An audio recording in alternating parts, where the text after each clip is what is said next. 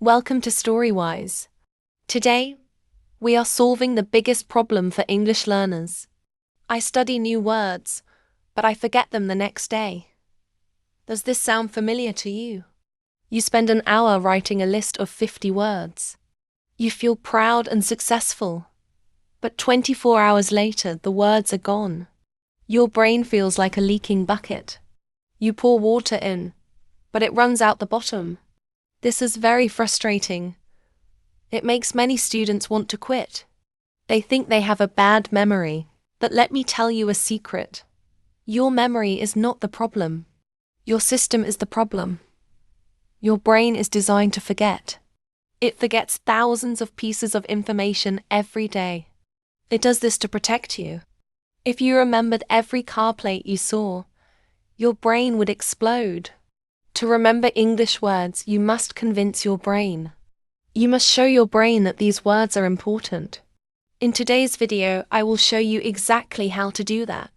We will talk about the science of memory. We will learn the spaced repetition secret.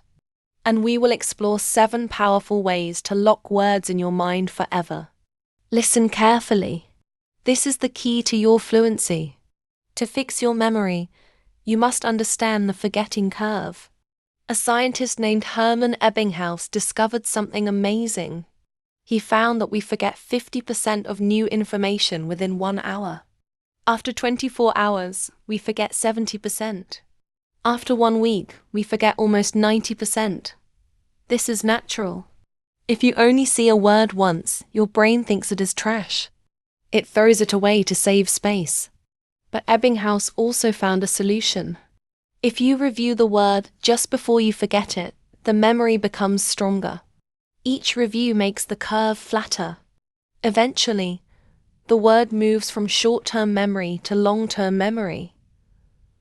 This is where the word becomes part of you. You don't study it anymore. You just know it. Like the word apple or hello.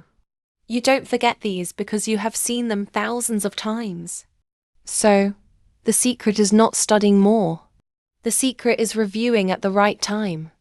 The most powerful method in the world is spaced repetition. This means you review the word at increasing intervals. Review 1. Immediately after learning. Review 2 24 hours later. Review 3. 1 week later. Review 4. 1 month later. By doing this, you hack your brain. You tell your brain, I keep seeing this word, so it must be useful. The brain then stores it in a safe place. You can use apps for this, like Anki or Quizlet. These apps use algorithms to show you the word at the perfect time. But you can also do it with a simple notebook. Just write the date of your next review at the top of the page. Don't spend hours on one list. Spend 5 minutes reviewing several old lists. Small reviews are better than long study sessions. One of the biggest mistakes is learning lists of random words. Apple, car, happy, sky, run. Your brain hates random information. It loves connections. When you learn a word in a list, it has no home in your mind. But when you learn a word in a sentence, it has context. Imagine the word reluctant. Don't just write, reluctant equals unwilling. Instead, write, he was reluctant to go to the party because he was tired. Now, you have a story. You have a feeling. You have a picture in your mind of a tired man. Your brain connects reluctant to party and tired. This makes it much easier to pull the word out of your memory later. Always learn words in chunks. A chunk is a group of words that usually go together. Instead of just decision, learn make a decision. Instead of just mistake, learn make a mistake. Learn the house, not just the bricks. Your brain is a visual machine. It remembers pictures much better than letters. When you learn a new word, don't just say it. Close your eyes and build a movie. Let's take the word gigantic. Don't just think big. Imagine a gigantic blue elephant walking through your city. Imagine it stepping over buildings. The more strange or funny the picture is, the better. Why? Because the brain remembers unusual things.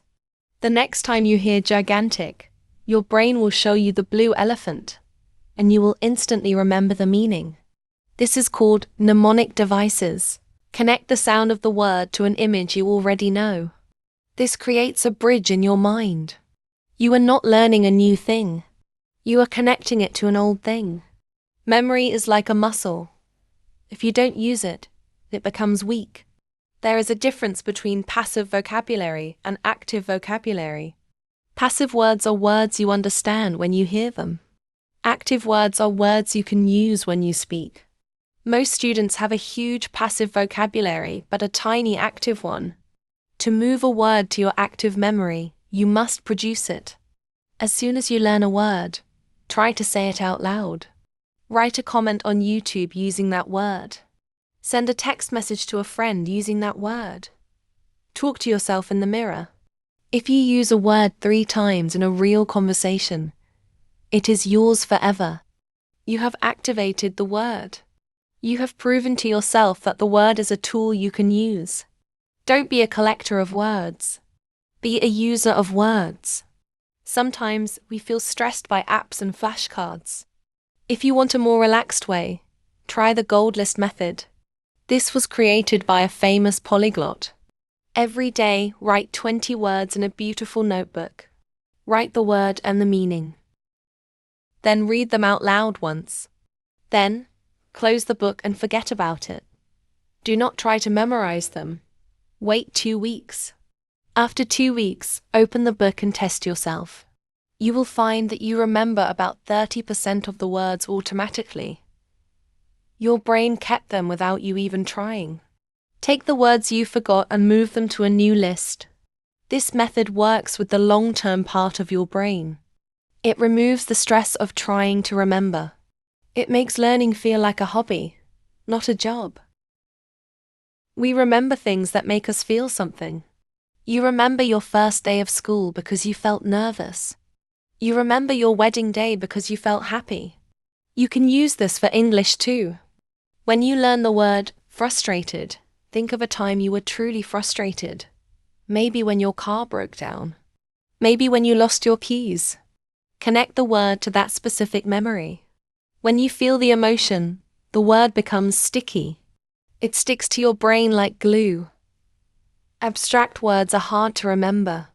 Emotional words are impossible to forget. Personalize your learning. Make English about your life, not a textbook life. This is the most ignored habit in language learning. Sleep. When you sleep, your brain is not off. It is very busy. It is taking everything you learned during the day and organizing it. It is moving information from the temporary folder to the permanent folder.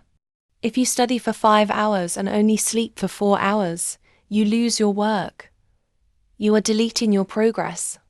A 20-minute nap after a study session is better than an extra hour of studying. Give your brain the time it needs to save the data. Discipline your sleep to discipline your memory. The best way to learn something is to teach it. When you explain a new word to someone else, your brain has to simplify it. It has to find the clearest way to describe it. This process deepens your own understanding. You can teach your brother, your friend, or even your pet. Or you can teach an imaginary audience. Record a video of yourself explaining 3 new words. Pretend you are the teacher of a big class. When you act like a teacher, you become a master. This is the final stage of memory. You are no longer a student trying to remember. You are a master who owns the knowledge. Finally, remember that learning a language is a marathon. You will forget words. It is part of the process. Do not get angry with yourself. Every time you forget a word and relearn it, the memory gets deeper. Forgetting is actually part of remembering. It is like building a muscle. You must break the muscle so it can grow back stronger. Be consistent. Follow the spaced repetition. Use context and visualization. And most importantly, have fun. English is a beautiful world of stories and connections. Enjoy the journey of discovery.